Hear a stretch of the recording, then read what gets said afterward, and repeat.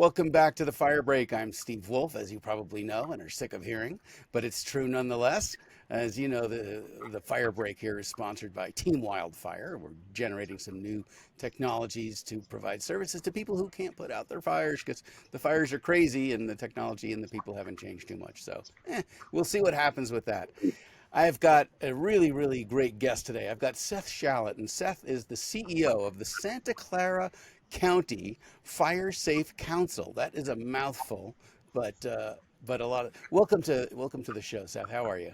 Steve, it's good to be with you, and hello, Colorado. Oh, thank you. We appreciate that here too. Now, Seth has held a lot of different positions, but they all really fall under one um, overarching category. The category is mensch. And if you don't know what a mensch is, look it up. It's mensch. And a mensch is someone who commits a large portion of their life to doing good work for good causes. And I'll spell it. It's Seth, Schalet. If you're going to look him up on LinkedIn, you'll see that he's spent, his entire career in the service of organizations where he thought he could make a difference for someone. So if you're looking for a role model, this is your guy right here. Well, I wouldn't go that far, but I greatly appreciate the accolades. Thank you. I mean, I'm not speaking to your qualifications as a parent or a husband. That's, for others to decide. My wife stay on the other side of the house for this one, correct? but with regard to professional work, really exemplary career here. So tell me a little bit about your current work with Santa Clara County. Yeah, look, and thank you very much, Steve, for the opportunity. As you know, I'm a fanboy, as they say, and I really enjoy the diversity that you have in the Firebreak podcast. So I'm glad to actually be a guest and collaborate with you. So the Santa Clara Fire Safe Council is part of the network of fire safe councils throughout California. We have, plus or minus maybe 300 different fire safe councils in the state of California.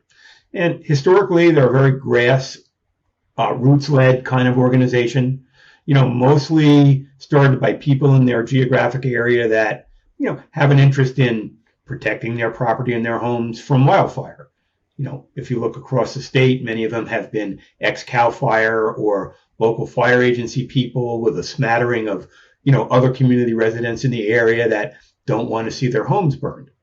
And, over time, my organization has evolved from its, grassroots days to a real sophisticated organization that has a strength in collaboration, working across local government, private sector. We do a lot of public-private sector partnerships. We work across the fire ecosystem. And today, we're one of the larger fire safe councils, if you look at it in terms of revenue and both staff, and we'll talk a little bit more of that. And so we've really moved up the food chain of doing more sophisticated work because wildfire isn't getting easier. They're getting more complex. As you well know, the conflagrations are getting bigger. And so we've had to evolve as fire has evolved, and hopefully we're making an impact here locally. So as you've grown considerably beyond the scope of your typical fire safe council, which I'm going to attribute largely to your leadership and your background in business and how to grow things, scale things. You've probably developed a lot of capabilities that aren't within your average fire safe organization. But it's not because they couldn't be, it's just that they didn't know how to scale it. And so I'm wondering about the transfer of capabilities here. Just the military invents something and now, great, we all have GPS in our watch, right? So, are there things that you've developed in Santa Clara that can now be adopted, now that you've created the model for how to do it, where they could be now used by other councils? Yeah, well, and I really appreciate the question. And look, we've gotten to where we are as a fire safe council, certainly because of my predecessors, right? We had a lot of success. And just before I joined, the Fire Safe Council in 2019 was awarded the largest of Governor Newsom's 35 wildfire projects that year. And it was to do a 6.5-mile fuel break along Highway 17. And if you know the area here, Highway 17 is the main corridor between, say, Silicon Valley and, as they say locally here, going up the mountain over to Santa Cruz. And so that was about a $7 million contract that the FireSafe Council was awarded. And it was really where we upped our game with collaboration. We were working with all of the fire service agencies, Department of Public Works. We were working with County Roads and Airport, CAL FIRE, and the FireSafe Council was really the project manager and the glue that kind of held the collaborations together and worked across that. And so I came in at the very tail end of that. Certainly, I think I had the beneficiary, or have been the beneficiary of using that. And as I came in, wanted to look at, where are our opportunities? What do we have unique here at the FireSafe Council that could help us drive our business and move away from a predominantly grant-funded organizations, which most nonprofits and certainly the FireSafe councils in general have been, largely funded through CAL FIRE grants or some U.S. Forest Service grants or some state or county funding, and that's really important. But grants, they come and they go. They're hard to win. Particularly the federal grants come with a lot of what we'll call overhead, right? Necessary reporting and resources. And often, they're not sustainable. So if you're a grant-driven organization, it's kind of feast or famine, right? You win one or two projects, you have to scale up quickly and accordingly. And as those projects wind down, if you haven't built a pipeline, right, then it's famine on the other end of the, on the other side of that mountain. And so as I, with my board, kind of looked at what our capabilities are, one, we're here in Silicon Valley. And so where the FireSafe Council sits, 15 minutes from Stanford University, 20 minutes from the folks at Craig Clements and his team at the Wildfire Interdisciplinary Institute at San Jose State. I've got Berkeley down the road, a taste, as they say, maybe another 45 minutes. So we really sit at the intersection of, some of the best minds in fire ecology, in fire science, in technology, whether that's machine learning, artificial intelligence. And I wanted to be able to leverage that proximity to be able to look at how do we build a revenue model and a skill set model that will take us, through the next 20 years. And that required not being a grant-dependent organization and retooling our staffing with maybe broader skills and different skills than traditionally we've had, so that we can meet Wildfire and meet our partners where the opportunities exist. Okay, so most 501c3s think, grant. Some of them think about providing a service. Right. So is your revenue now a service-based? Well, yes and yes. Look, we've been fortunate, and grants are good. We have no plans to move away from grants, but we have to. I'm not saying no to the money. I'm just saying I don't want to be completely dependent on the money. But grants, obviously, they look, even if you're very good at writing grants, and I think we've become better because over time we've had the ability to bring experienced grant managers. And, for most smaller nonprofits, right, the idea is throw a lot of spaghetti against a wall. Hopefully some will stick and you wind up with a grant. And, for operationally, the grants that we apply for, they tend to be multi-million-dollar, multi-year grants. They're a lot of work and they're collaborative, right? You can't just bring on a grant manager and he or she's, go forth and conquer. You have to collaborate with the fire service agencies. You have to work with the county participants. And it can take months to write one of these grants. And so I'd rather chase fewer grants, but have a higher success, higher batting average, right? I want to be Rod Carew or the Don Mattingly on the grant side and maybe take fewer swings, but get more hits. And, at the end of the day, if you look at the grant business, and I know you know it well, and we get a lot of funding from CAL FIRE, we love our partners, but they don't always pay in a timely fashion. Right? Folks like CAL FIRE, they've got thousands of organizations to pay. And so what I did is I looked at the operations and looked at the cash flow. And it's clear that, to be solely grant funded, Steve, We have a series of subcontractors and vendors that we have to pay, and they need their money.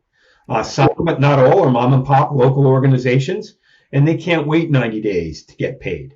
And so as I looked at that, I needed to create services and revenue that would fill in those blanks, right? So instead of waiting for 90 days, we can bring in other revenue streams that would allow us to fill in the blanks when the grant payments are not there, but also diversify our revenue, because a diversified revenue stream means a healthier and stronger organizations, and you get a lot more margin play. So when we look at the profitability, right, each dollar of grant opportunity is not created equal.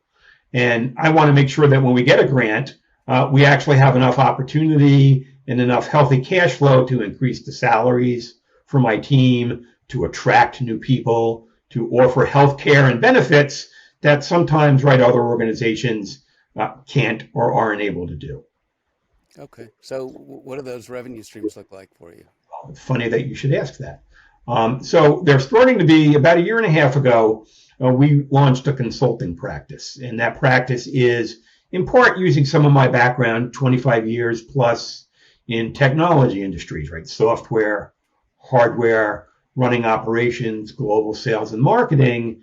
My background led me to know that as I got to know the fire sector, and particularly the wildfire industry, it was clear to me we're not going to suppress our way out of the challenge. No. Right?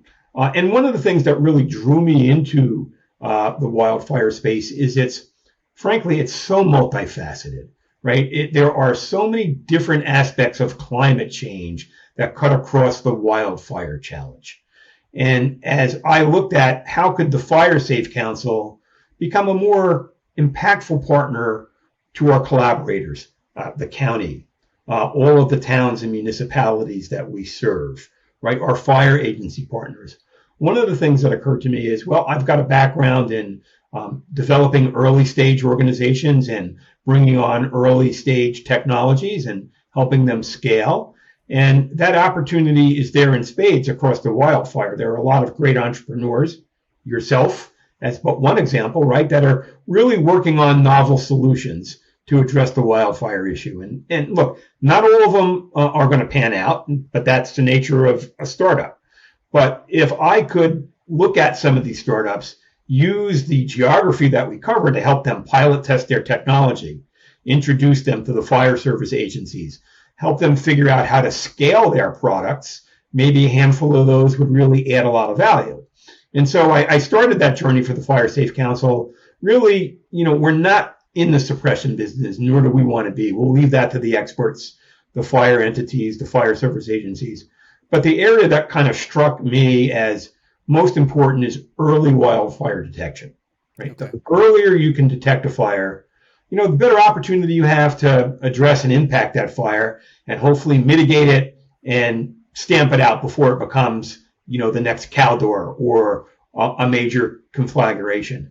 And so I set my sights on a few technologies and spent several months getting to know the players. And long story short is we've now been a value-added reseller, or a VAR, where we resell wildfire sensors from Dryad Technologies and from Ed5 sensors. And we've had a number of successful implementations with the N5 sensors, which is a wildfire smoke detector system, but it's more Colorado. Based in Colorado. Well, obviously, their chief revenue officer, and she's become a great and a good friend of mine, Deborah, is based in Colorado. But the team is actually in the Bethesda, Rockville, Maryland area where their headquarters is. Not everyone gets to live in Colorado, I guess. Yeah, not everybody gets to live in Colorado. But we've had a lot of successful installations. It's an AI model that can detect smoke from hundreds of miles away and really parse out, is it a local wildfire or is it a fire that is maybe moving closer? And it basically does a fingerprinting of the smoke, and it does an analysis. And so we've got successful installations at San Jose Water, which is one of our partners. They're a major water utility in the area. And before we brought them on to San Jose Water, N5 has a successful installation in Oakland, California. So we've leveraged that. I'm working with some partners like Fire Neural Network, which is a Florida-based organization that does high-risk lightning analysis. Wow.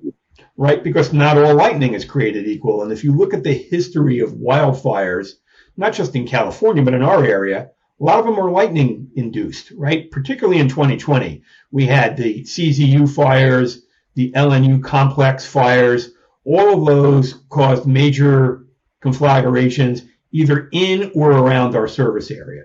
So looking at things like high risk lightning, using AI to help our partners determine which lightning strikes are likely to have the most impact, cause a wildfire, and how might that allow our teams to pre-position equipment, pre-position resources, use drone technology, right, to get it at its earliest spark or ignition.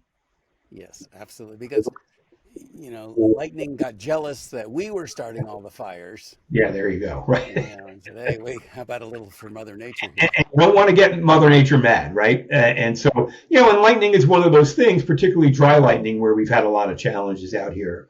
So, technology is going to have a role at the FireSafe Council. We want to help our partners pilot test.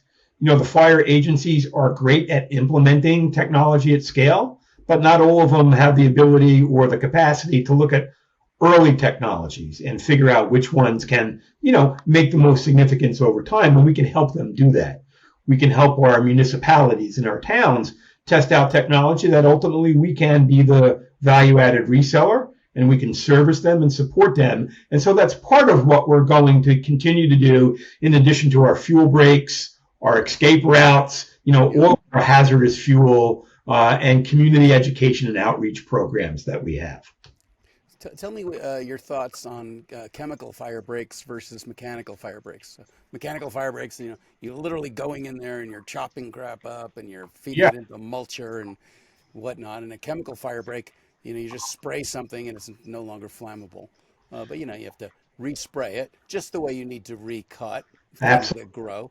Are you using both technologies? So it's interesting you mentioned that. Thanks for talking about that. So I have a partnership for the last year and a half with OP and our friends at Allied Systems, right? They do a lot of analysis. They're a partner with FOSCheck and Perimeter Solutions. And we have a local partnership, which we've got a team of high school kids, very typical Silicon Valley solution here. Where the company is called Core, C-O-R-E, or Clore, C-L-O-R-E, and they've developed a solution that is non-toxic, chemical-based. And to your question of, how do I look at mechanical? I'm the beneficiary. I've got a lot of ex-fire service people on the FireSafe Council board or our team.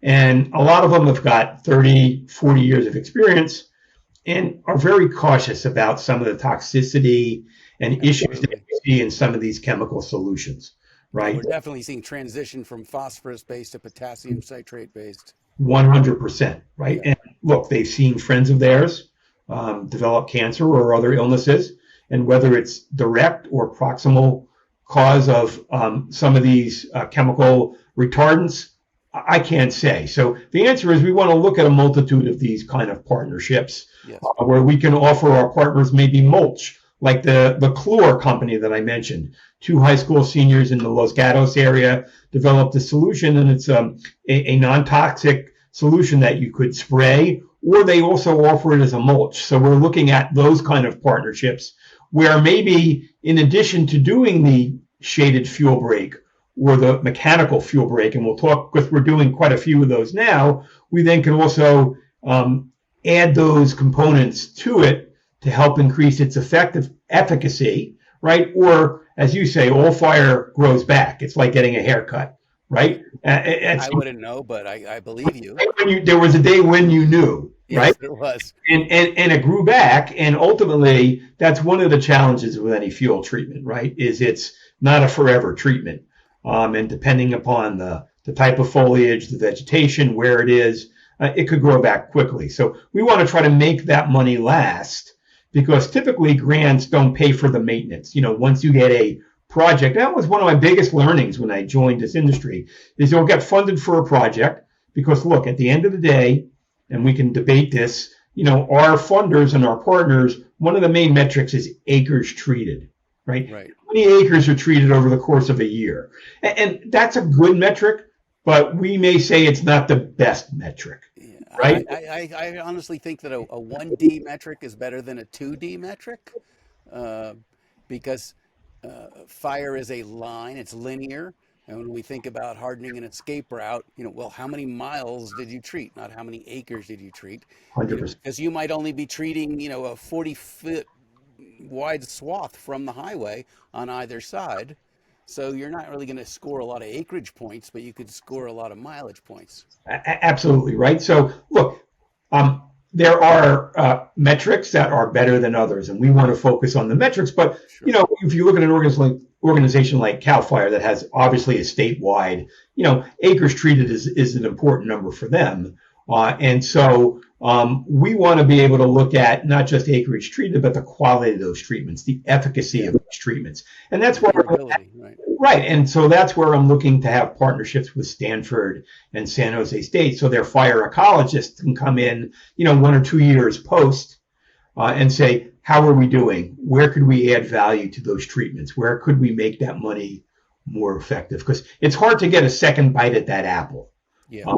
right? And you have to keep looking for new areas. And look, there's no shortage of areas that need treatments. Certainly in my geographic area alone, we sit in a very high and high risk CAL FIRE fire severity zone, right? Which is a hazard mapping, right? And there's a difference between risk mapping and hazard mapping, and communicating the two to the public is a challenge. Because when people see themselves in a hazard map that says I'm in the very high or highest fire severity zone, rightly so, they panic. And particularly in our area, right, the insurance challenge has become a real big driver because insurers are pulling out of California, just like they have in Colorado and other parts of the country. And people are being forced to move on to the FAIR plan, which was never meant to be an insurer across the state. And so we want to work with our partners to hopefully lessen the likelihood that people can get dropped and work with the insurance industries to help them test new solutions where they can perhaps write policies where they've pulled out of over the last couple of years. Let me ask you about what you said a minute ago. If people see themselves on the hazard map, they panic. Absolutely. So that's been an assertion that public service has made for a long time. Don't tell people too much because then they'll panic. When in fact, it often is just denying them the opportunity to make good decisions for themselves. Absolutely. Right? You try to find out what the current state of a fire is. It's very difficult to get that information unless you're looking to a source like Watch Duty. Exactly. Or have a more sophisticated. But and the public line has been, don't tell the people anything about it until it's time to issue the evacuation order. And so what are your thoughts on the withholding of knowledge, under this pretense that it'll cause a panic? Well, what's the old line? Sunshine is the greatest disinfectant.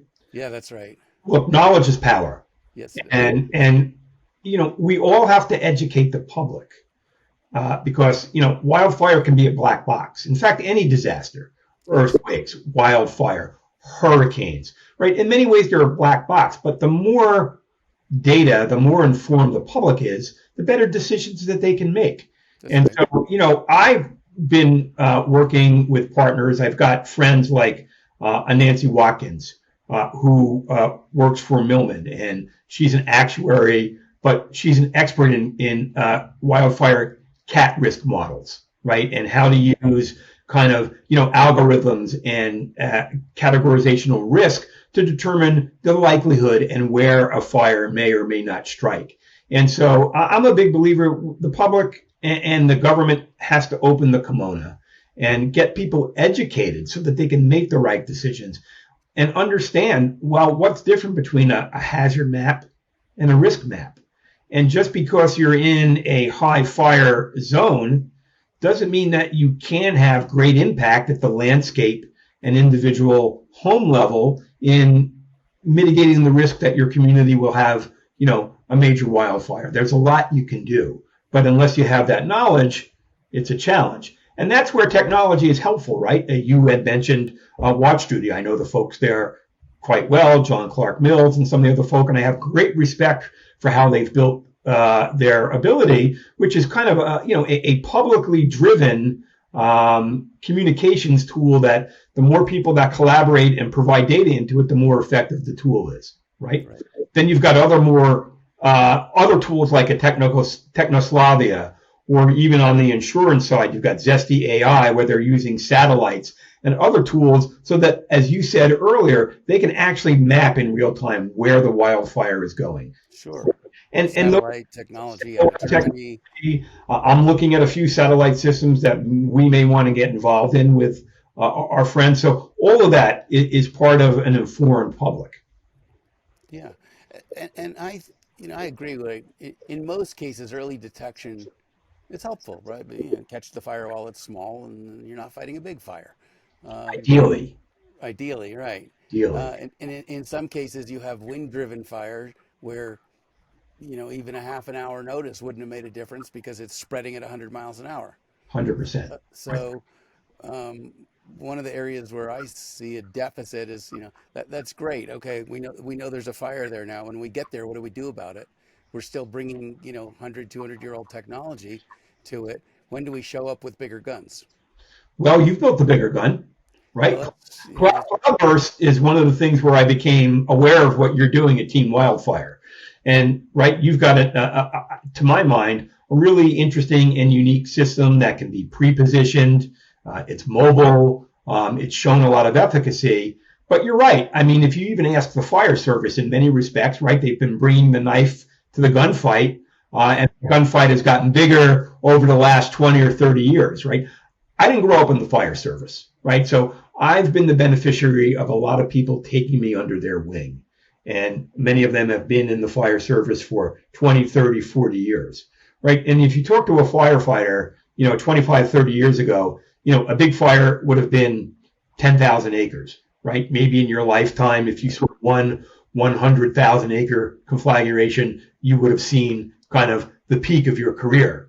Well, fast forward 20 or 30 years with climate change, with vegetation buildup, we're getting much larger, much faster moving fires, right? And the built environment, what we call the wildland urban interface, right? Yep. California is the most populous state, and we're pushing farther out into that WUI. So we're building housing where it meets the intermix, or where it moves to the wildland urban interface, and that's called the built environment. And the biggest risk is when wildfire gets into that built environment. That's where you get structure loss.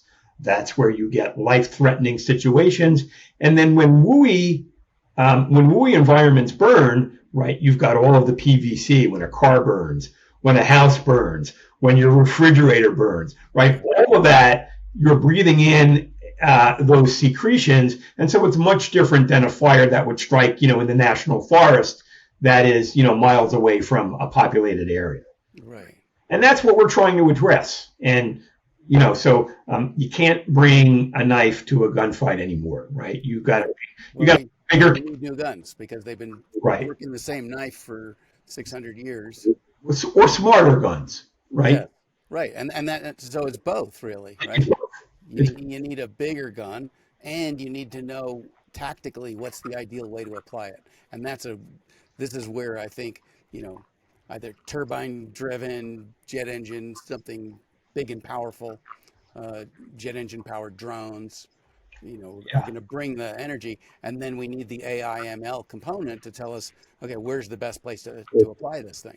Well, that's the beauty of it. And this is one of the things that really drives the passion of my interest. There is no single solution, right? And it's a spectrum of systems that if you can get them to work together, to be coordinated, right? I mean, one of the challenges of any industry is how do you de-silo it, right? And firefighting has been no different than, numerous industries, right? It's been very siloed, and one can understand how those things evolve over time.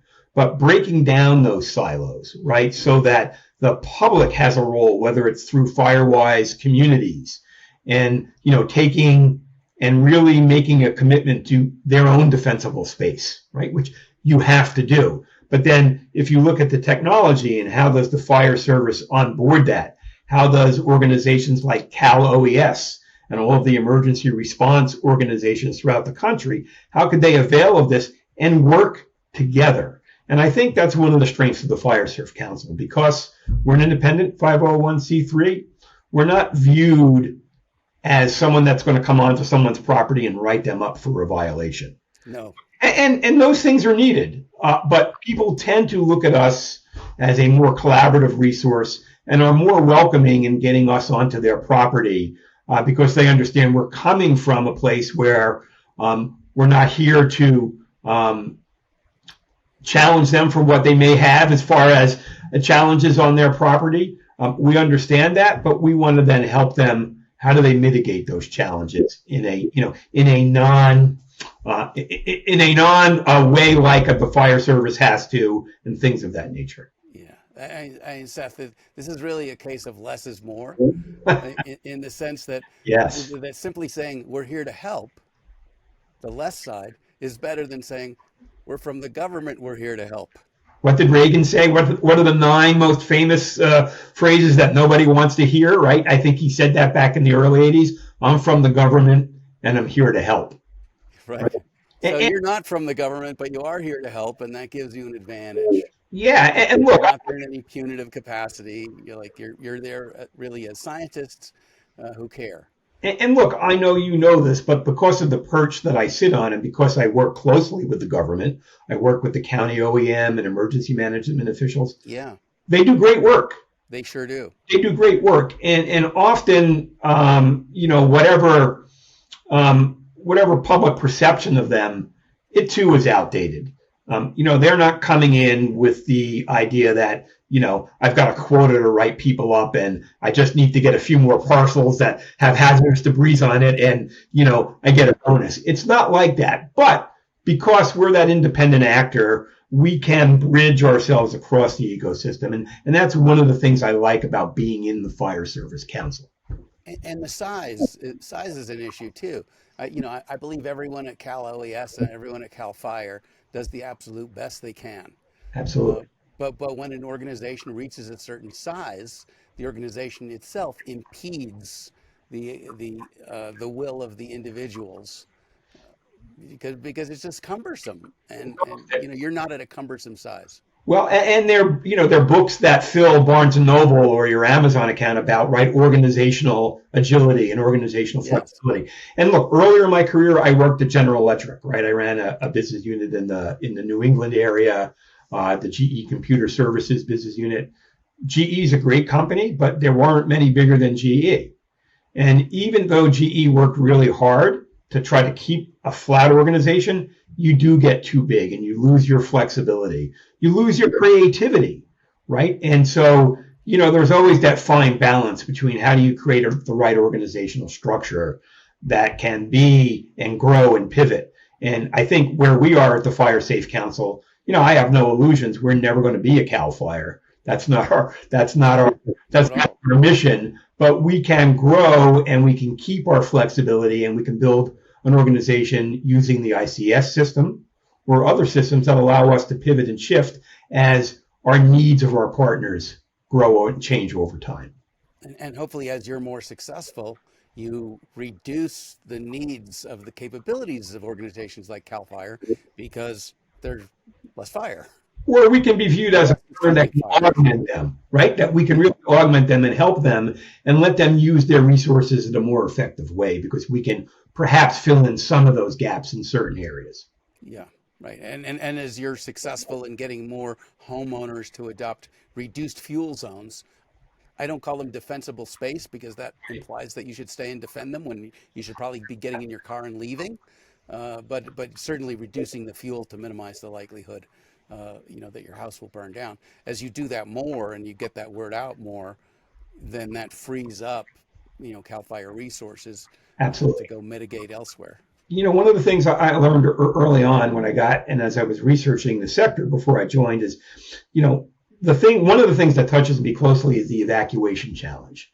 And I recently, I'm proud, I was recently asked and joined both FEMA and the U.S. Fire Administration have a current working group that's looking to improve national evacuations. And so I'm proud to say that I've actually been asked and invited to join both the communications and the operations working group. And I get the benefit of, people that have been doing this for 20 and 30 years. But evacuations are one of the more interesting things to me because it involves the human behavior component. Yes. And anytime you throw humans in the mix, Steve, people will defend their home until the end, right? Or people will leave at the earliest sign of an evacuation if they get a message to say evacuate. They're smart, yeah. Well, but it's all points in between. And we have to work in that environment. And so I'm really pleased to be able to try to help the U.S. Fire Administration and FEMA develop more effective evacuation protocols and tools. Yeah, and I'm sure you're familiar with the work of Rino Ruglieri. I'll butcher his name, so I won't even try. Ruglieri. And I look forward to listening to your podcast with him. Yeah, I all of his work is really on studying the human pachinko machine of who goes where when. Right. And he worked very closely with, the Thomas Convas and the Erica Kugalowskis and, all the great experts on that human machine that you talk about. And he's great at doing what he does. I love his research. Yeah, it's fascinating. So, absolutely. And I think probably what you and I both find so fascinating about this is how multifaceted it is. As you said, there's a lot of ways to play the game, but one of the reasons that organizations are often compared to sports is because in the end there's a score. Yeah, 100%. Right. In the end, there's objective. Like, the fire beat you or you beat the fire, right? You suffered low losses or you suffered high losses. Right. So there is some objective feedback as to the effectiveness of different strategies. And one of my favorites is, with Gary Kasparov versus Deep Blue, right? Yeah, there's a million ways you could play a chess game, but in the end, like, somebody wins and somebody loses. Yeah. And Gary Kasparov was instrumental in proving that AI, could outthink humans when problems reached a certain scale. 100%. But in my view, look, I'm here in Silicon Valley. I worked in technology for many, many years. Wildfire is not just a technology solution, right? No. We're not going to solve it, but I look at the challenge as kind of a spoke in the wheel, right? And when you look at a bicycle, right, there's maybe 20 spokes on that wheel, right? And technology is a piece that can aid our fire service agencies, that can help them be more effective. But we're not going to tech our way out of this problem, right? And if you look at all the great folks at the Western Fire Chiefs Association and the people like Bob Roper and Kim Zargis, who have spent their careers looking at this, right, they know that the fire service has to adapt, right? Suppression's not ever going away. We need suppression. Sure. But, it has been the largest share of most state budgets over the years, and maybe we can look at how we need to more effectively allocate those resources so that there are different ways than just easier said than done, right? Yeah, right. Easier said than done. But that's part of the evolution that we're going through, I think. Yeah. So part of what we have to do is, realize, okay, fire's here to stay, not going away. And not only is it here to stay, it's coming. We're getting more of it. Getting more of it, and fire is not the enemy. Destruction from fire is the enemy. So the idea, we don't hate fire. We're not going to put out every fire. We could like as the recovering suppressionists will tell you. Recovering suppressionists. Right. Yeah. But we do want to apply both technology and preventive measures to reduce the number of checks that insurance companies have to write, right? Yeah. If there's an asset at risk, how do we protect that asset? And you and I both know this, and the podcast listeners know this too, right? That, good fire is something that, the Native Americans and have been used for years. And obviously, as we brought people over from Europe and other areas, right, we moved into a suppression focus. And that's one of my most interesting learnings is the Native American practices around fire. And so we can't get a hold of the wildfire challenge unless we begin to adopt more good fire across our ecosystems. Fire is And not just the indigenous peoples on this continent, but 100%. right in the Amazon, in Australia. Like there are these little pockets of knowledge that have to be ingested in their entirety. We can't just say, oh, they do prescribed burns, we're going to go do them, because there's a lot of subtlety involved. What you burn when And how you burn, right? and how Because you do it. Right. Stanford has just released some really interesting research, right? That high intensity fires, right? Yeah. They release a lot of toxic chemicals into the air and into the soils.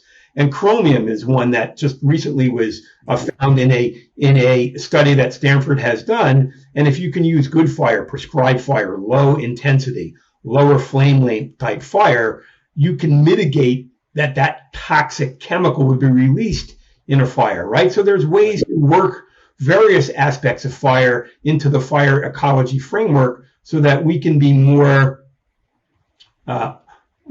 cognizant of how we can do a better job of all the toxic effects that wildfire have. Yeah. Right. Like the big part is just an even exchange, right? A seedling was there. The seedling sucked CO2 out of the air and turned it into wood. Yes. The wood burns and the CO2 is released. So that's kind of a net zero game there. 100%. Except that we're ingesting the CO2 over time and we're releasing it all at once, especially like in these Canadian fires, and then you have this huge bump in the CO2. Oh gosh, right. I mean, you can look at a lot of the research, right? In the last since 2020, right? I mean, they've said that we've taken the clean air and all the gains that we've made during the Clean Air Act, right, introduced in 1970, and maybe cut that back by 10 years or something like that, right? So, wildfire will continue to release toxic chemicals. It'll continue to cause snow melting to happen faster, right? And when you get faster snow melt, right, you get lower water absorption into the ground, less water for your reservoirs. I mean, it's such a fascinating mix. It's huge. It is, right? And look, here at the FireSafe Council, in fact, this will be the first that I'll announce it. We just were awarded a Community Wildfire Defense Grant, a CWDG grant, which is a U.S. forest program. And we were awarded last week a $217,000 grant to continue our work on the Community Wildfire Protection Plan that we lead for the county. And it's a terrific program because it's going to allow us to continue working with what we call the annexes, which are the various regions, and develop treatment programs, right? Determine which are the higher risk treatments, which are the treatments that might have the most efficacy, and how we want to prioritize those as part of the CWPP. And we're going to use technology in various shapes or forms to help inform these decisions, right? Where will we get the most bang for the buck? Because you can do two fuel treatments side by side. One may be very effective and the other may have no effect. And maybe there's no way to really fully know that, but there are tools that can help you make some more informed decisions about where that money hopefully will be put to better use. Right. And I'm sure there's subtleties in between. One might be very effective and one might be less effective, but the less effective one might last 10 years, where the highly effective one is no longer effective at the end of 6 months. Right. So these things will all have to be balanced and weighed out. Absolutely. And how do you prove a negative, right? You can do fuel treatments and people will say, but a fire never came my way. So was all that money spent, could it have been spent on other things? And that's always the toughest thing to answer, right? And we want to be able to help our partners answer that in a more evidence-based way, so that we can get funders to be able to help focus and support the kind of fuel treatments that we want to be able to do here within Santa Clara County. Yeah, I think of it a lot like vaccines. You can't prove the effectiveness from the people who didn't die, but they didn't die, right? You have to have a control group, and on this planet right now, we don't have the ability to have a control group because the conditions are changing globally. Well said. I really like that. I might steal that. Please steal away. It's great. Right. So you might say, okay, well, we're doing all these fuel treatments and mitigations and satellites and N5s and Pano AIs and all this. And simultaneously, we have more fire on the ground than we've ever had. So some people might say, all this technology is causing all this fire, right? Which would be false, right? But the fact that fire is increasing doesn't mean that the mitigations aren't effective, because but we Absolutely. have no idea how much worse it would be if we weren't doing what we're doing. Right. But look, I can say here in California, I've been here going on 4 years now. And like any state, California has its budget challenges, right? And so we've been fortunate the last several years, we've ridden kind of a tailwind of grant funding. At some point, Steve, that's going to end. And so one of the reasons I'm looking at mixing up our revenue and coming through diverse streams is I want to get ready for when those 2 or 3 years of less funding is available. We're going to have to show that the work we do makes an impact. And that's where technology and evidence-based processes and testing and working with fire ecologists will help us hopefully develop these proof points that I can go to funders, community foundations, people that have an interest in philanthropic support of ecosystems and wildfire, and help them fill that void when the state budgets, aren't as flush as they are today. Why aren't there more? You can't answer this, but why aren't there more, Gordon and Betty Moore foundations? There's, Great question. There's a lot of billionaires out there that have a lot more money than they could possibly spend in multiple lifetimes. Even if they wanted to, go 7 generations down in wealth, they could be putting more into this. What do you think has to happen in order to attract fire as a cause? Absolutely. It's a great question. Very wealthy people could contribute. It's a great question. And, part of my background is before I came to the FireSafe Council, when I left the private sector 15 years ago, I've been focused on philanthropy, and I've served on and still serve on, a number of nonprofit, but family foundation and grant making organization boards.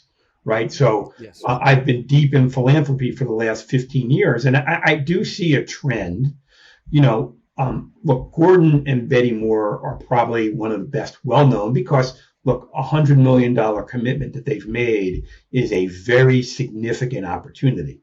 But if you look here in Silicon Valley, when you parse the data, there's over 1,000 family foundations here in the Valley.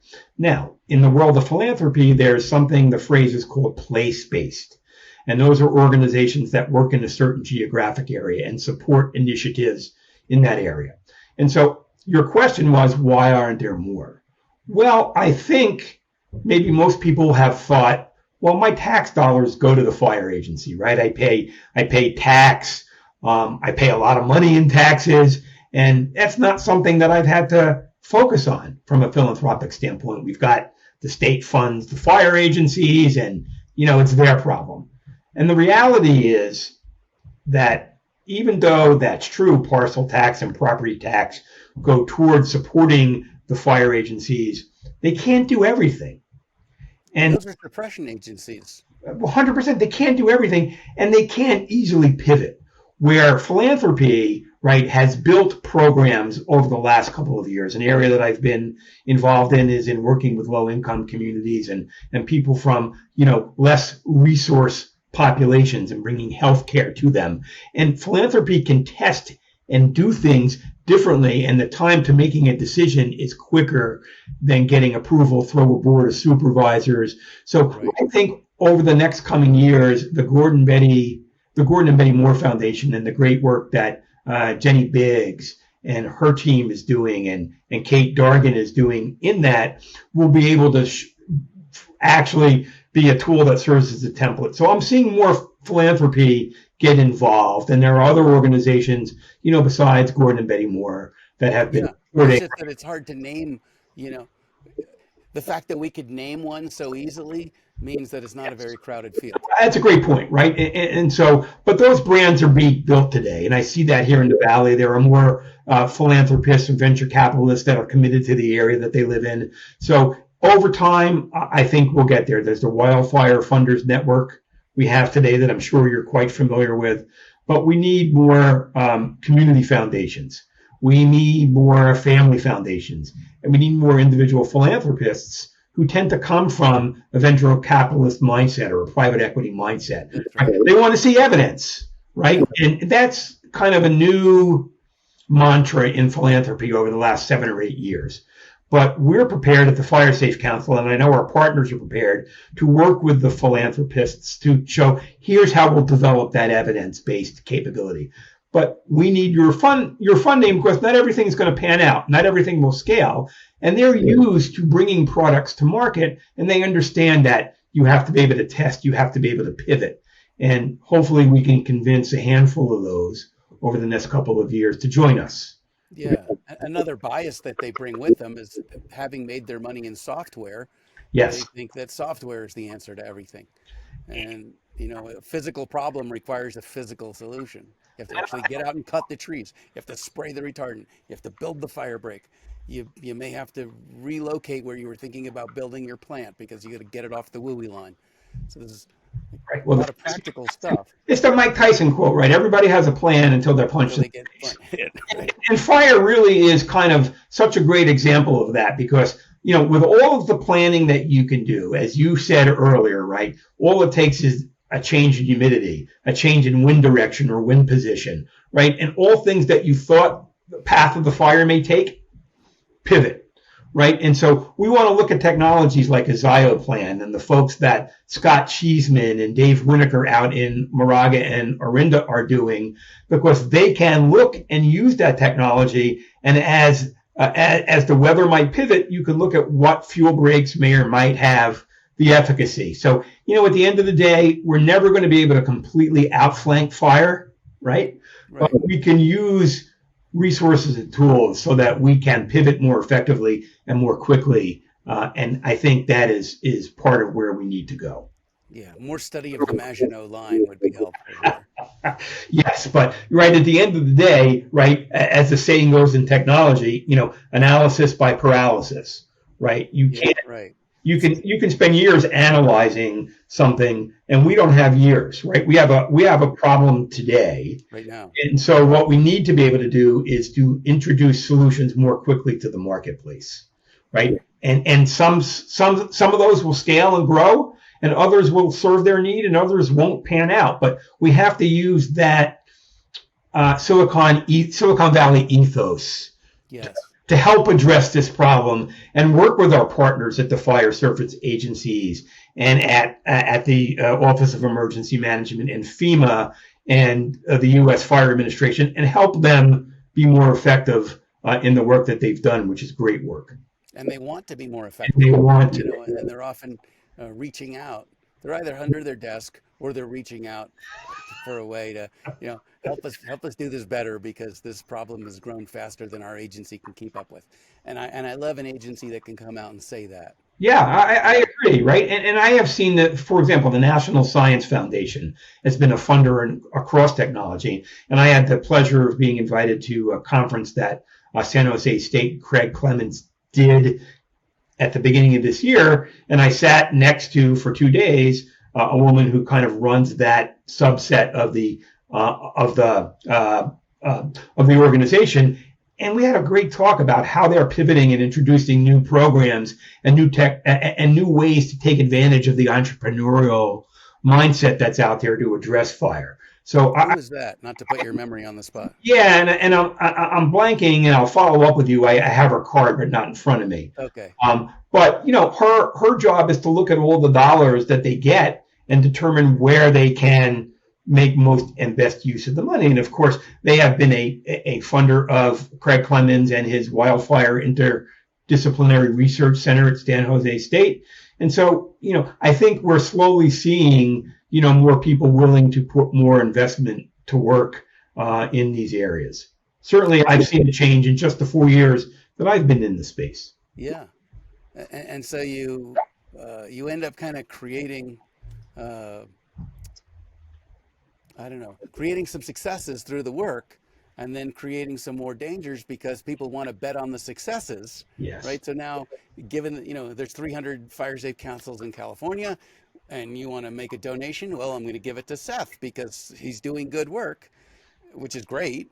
But I'm not going to give it to this other one because they haven't proven anything yet, but they might be working on the next, greatest technology, Well, but they're not going to get funded because they haven't shown any traction yet. look, and you bring up a point, and I want to get this because I know our time is limited. What we're doing in Santa Clara may or may not be appropriate for all the other fire safe councils, right? Conceptually, it is, yes. Conceptually, it is, but in practical terms, many of them are volunteer organizations. And, we have the benefit of a full-time staff, but that benefit also comes at a higher risk, right? Because I have to keep them fed. I have to, develop a career path for them. Now, I recently joined the California State Fire Safe Council Board of Directors. And there's a team of, highly experienced individuals.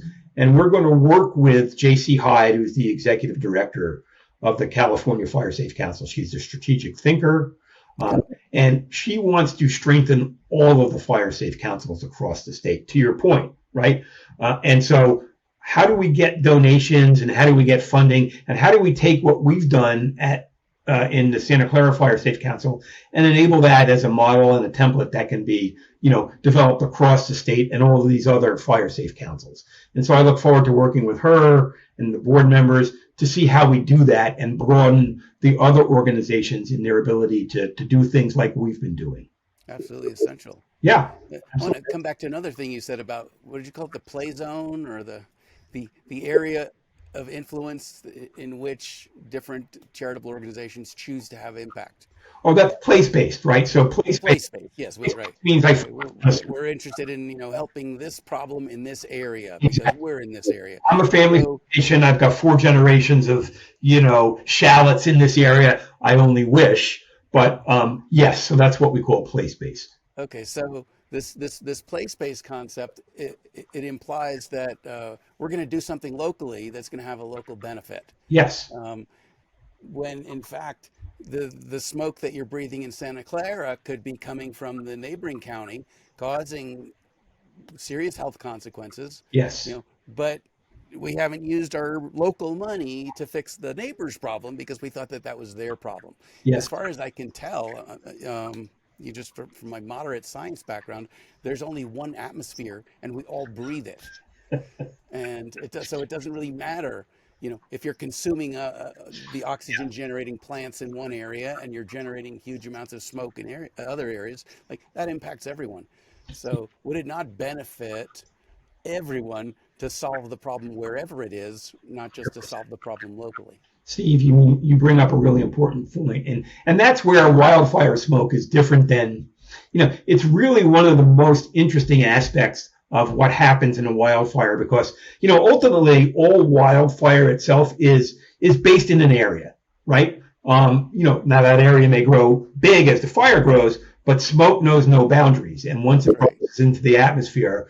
And so there's been a tremendous amount of research over the last couple of years. And look, there is also, if you're interested in serving underserved communities and the social aspect of wildfire and the social aspects of what they call social determinants of health, the data is clear that populations like indigenous populations, African American, Hispanic populations here in California have more deleterious impact from wildfire smoke than other areas or than other populations. Yeah. One, they may have a higher risk of pre-existing conditions that make them more prone to having wildfire health-related risks.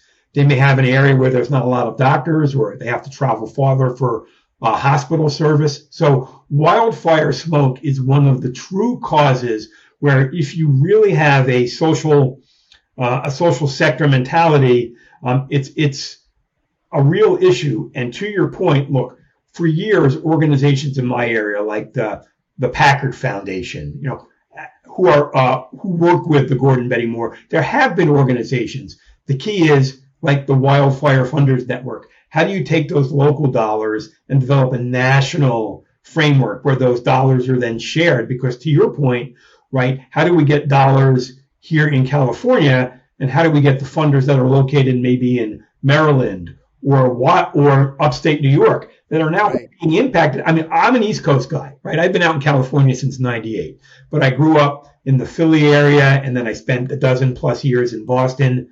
I was never evacuated once for a wildfire smoke day. No. I can't remember a wildfire being more than a few acres when somebody's catalytic converter or somebody threw a cigarette butt out on the way to the Jersey Shore. Right now, Canada is coming down and impacting, and so to your point, right, it's going to take operationalizing all of those place-based organizations to think more globally and be able to look across not just where they've historically served, but how do they collaborate more effectively so that, right, they can be part of a growing solution that has no geographic boundary. Yeah, I mean, right. Last summer, when the Canadian smoke moved into New York City, former New Yorker, I thought this was really great. Honestly, I thought this was Wildfire's marketing program You to bet. reach the East Coast, to put a business card under everybody's door saying, "Hey, this affects you too. This is all of our problem." And given the cost of shutting down, New York City for a week, I would have thought, we'd be sending American fire departments up to put out the Canadian fires, if only to benefit the people who are breathing the smoke downstream. Yeah, well, look, I think nobody wants to see that happen, but I think it takes events like that Yeah, to make people realize it's not a California problem anymore, right? I mean, that's when I right. grew up, in the 70s and 80s and 90s on the East Coast, we always said, man, California is fantastic, but look at all the wildfires. Well, the fact is, and all the evidence shows, right, wildfire is moving east. And if you look at Georgia, Yes, the Carolinas, fresh fuels, Maine, right, all Jersey. exactly, right? We're all seeing vegetation dry out. We're all seeing the impact of climate change. And so areas that haven't burnt before are going to start to burn, maybe not to the conflagrations that we see here, but it'll have all those challenges that we've had here. Are, the Midwest have seen them for years. Just look what's happening now in the central Midwest and the Upper Peninsula. And so, wildfire has made its way across the country already. And so it's more than just a California problem. It's a national problem and it's a global problem, right? You and I know, because we studied this sector, all you have to do is look at Europe. In the last couple of years, the problems that Europe has faced or that Canada has faced, they're only getting worse. So wildfire is not a local problem. It's a global problem that you have to address locally.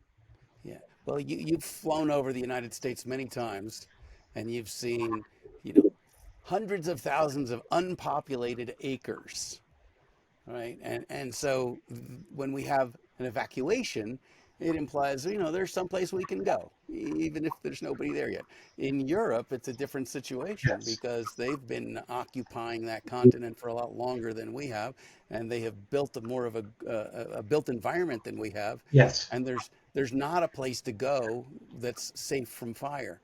And this is why they've been much more aggressive about their fire protection technologies and strategies, is because anywhere the fire goes, it's burning somebody's property up. Right. It's much more densely populated. Yeah, and to your point you're just making, Steve, which is a really important point, because in Europe all the countries are geographically close to each other. Yeah. A fire that might start in Croatia, right, may move into another country, right? And each of those countries have different fire services and different protocols. And so, I think one thing that will hopefully develop as we look at this as a global problem is we'll have more countries and more organizations addressing this. I didn't participate, but recently, I think last week, they had the first World Congress or the first, World Congress Organization of Wildfire. I might not be saying the name Yeah. correctly. DC. I was in Reno recently at the 2024 Wildland Urban Interface Conference, and they had, a good part of the Wildfire Commission board members and the international members, people from Greece, people from Spain, people from Italy. And I got to listen to that panel. And, just as you said, it is a challenge we're all facing. And one of the reasons I'm excited to work with the U.S. Fire Administration is one of their concepts that we want to work on is this concept of a temporary refuge area, right? So that in the event of a wildfire, right, there are places that we can build out that will be safer for communities to evacuate to, right? Because you have to have a place to go, Right. right? And so there's many ways to address that issue, but if you don't have a place to go or don't know where you're going, right, then your chances of coming out of a wildfire unscathed, well, they decrease. Yeah, maybe the word evacuation isn't the best word because it focuses on the where you're leaving and how fast you're leaving, and not where you're going, and how you'll be safe when you get there. So it's I would think of it as really high speed relocation.